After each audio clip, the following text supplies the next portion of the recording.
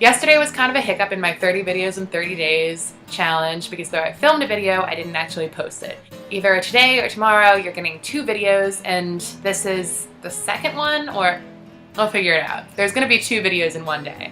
I went home for 1.5 days. If you're wondering why I go home, it's because central air conditioning. 1, I have a dog at home. 2, people that I love and care for, free food.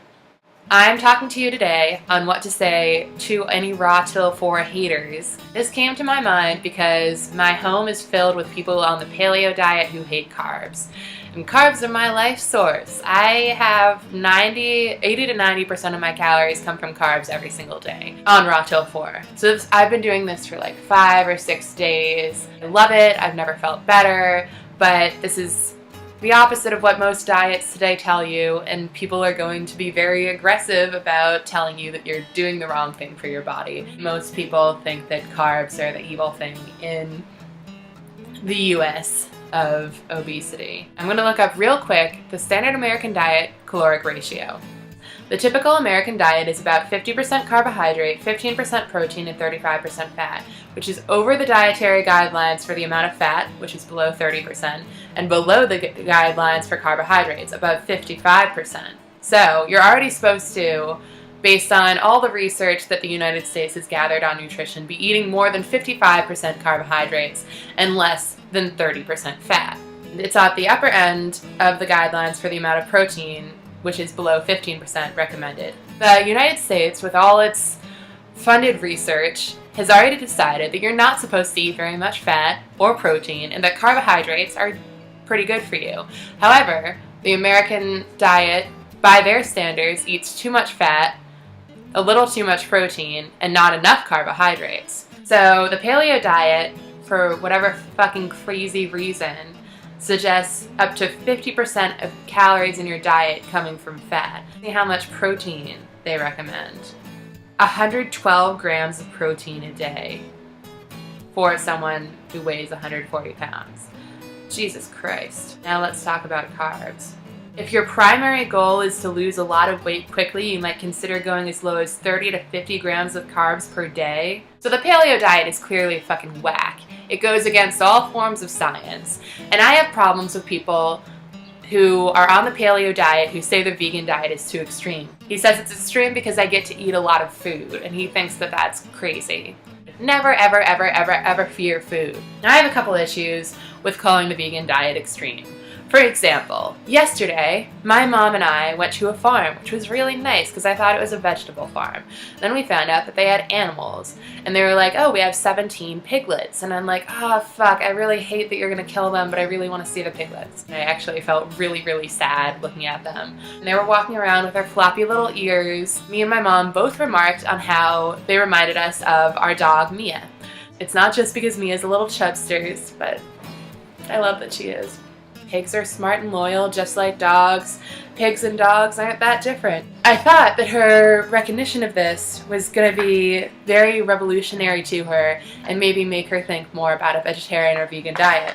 This was not the case, because later that night we went to a Mexican restaurant where you could have the option of putting bacon in guacamole.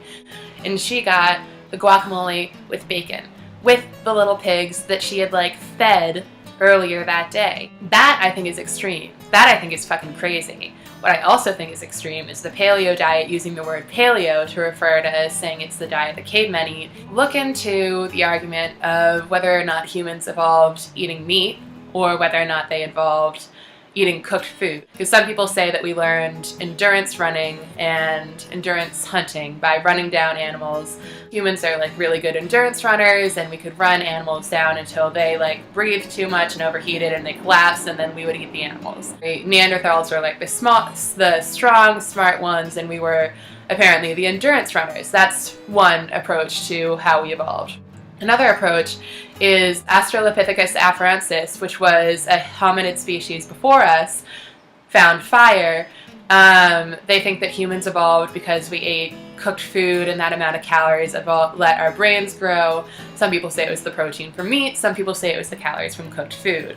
I veer, like a lot of evolutionists, on the side of it's probably fire and cooking food. But whoever wrote Born to Run, which I read, and it's a very fascinating book, argues on the side of endurance hunting. It's very interesting because in Born to Run, he focuses on 2 running tribes. One of them, and so sorry about how I pronounce these names because I know they can't be right, the Kalenjins in Kenya and the Tarahumara in Mexico. And he uses them as an example for how humans and tribal cultures ran a lot, and that's how they evolved. He highlights in the book saying that both of these cultures are predominantly vegan cultures because meat is actually very, very hard to come by. Surprise, surprise. He even knows that a paleo diet wouldn't be focused on meat. We were eating like sticks, twigs, some insects, a lot of greens, potatoes, root vegetables, fruit, a lot of fruit. 80% of tribal cultures' diets comes from fruit and carbs. What caloric ratio is that most similar to? Not the one that says 50% calories from fat. Think about the sources of fat out there. For whatever reason, oils are strongly used in the paleo community, which makes no sense at all. Because if one thing isn't paleo, it's oil. You have to process oil in order to get it. You're not using a fat that like Paleolithic era people were probably likely to use. If you look at the people who founded the paleo diet, the Atkins diet, South Beach diet, all of those men are like overweight and they have heart disease now. I don't believe someone who claims to have this like foolproof plan and doesn't actually look healthy. Like, I want to take my advice from someone who looks healthy, like Durian Rider, like Freely the Banana Girl, McDougal of the Starch Solution. I want to take advice from fucking high-carb vegans who are breaking record times with cycling, who are lean as hell despite their age, and who are actually making strides to improve people's health. And all of those high-fat, low-carb diets don't work long term. I want to see what you look like 10 years from now. I want to see what you look like 15 years from now. I want to see if your diet is still effective then. If you have no scientific basis for something, and the only thing that you're doing is calorie restriction and working out a lot, then that's not maintainable, okay? You need to be doing low impact exercise. You need to be doing exercise that you can sustain. The injury rate in CrossFit is fucking crazy. You know how you get injured in cycling? If a car hits you. You're not getting injured in cycling if you're just doing it a lot. I don't care if you're losing a lot of weight, calorie restricting, and doing high impact activities. I don't want to do that. That shit fucks with your body over time. At the same time as all the facts are on the vegan side, all the facts are on the high carb, low fat side, people don't care about facts. If you're on the paleo diet, you've only read paleo-themed articles. You aren't reading things on actual nutrition, on human nutrition. You aren't looking into what the USDA has researched for nutrition. You aren't looking into the fact that vegetarians and vegans are healthier than normal people. The 80-10-10 diet bears almost no similarity to the standard American diet, where the paleo diet is just like, hey, just add, 10% more fat to the standard American diet and more protein. Keep cutting down those carbs that all the research says that you should be increasing. And you know what? That's our diet. That's our fucking diet. It's the standard American diet taken to an extreme. You think that's going to be okay? Show me one person on the paleo diet who's doing low impact exercise and actually losing weight long term for 10 years. I want to see that fucking person, because I would be fucking shocked if you could name one. I'd like to see someone on the paleo diet that's not burning 700 calories a day doing CrossFit. I'd like to see someone on the paleo diet who's not taking supplements and is still raising their health. The problem for people like me is that I've only been doing this diet for 5 days, and it's a lifestyle. It's been fucking 5 days. I'm not going to lose pounds in 5 days on a healthy diet that you can maintain for a long period of time. No, you're not going to see a difference in 5 days. You're going to feel one. I feel amazing. I can say that. The high carb, low fat diet, you can just fucking tell when you do it that it's the right thing to do. It's better for the planet, it's better for the body, and it's better for the animals. Those are all clear-cut facts that they could be looking at if they wanted to. How you can respond when people try to attack your high carb, low fat vegan diet. One option that you could do if they're saying that you eat too much carbs is just go,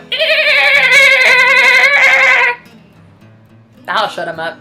They'll definitely think that's weirder than eating a lot of carbs.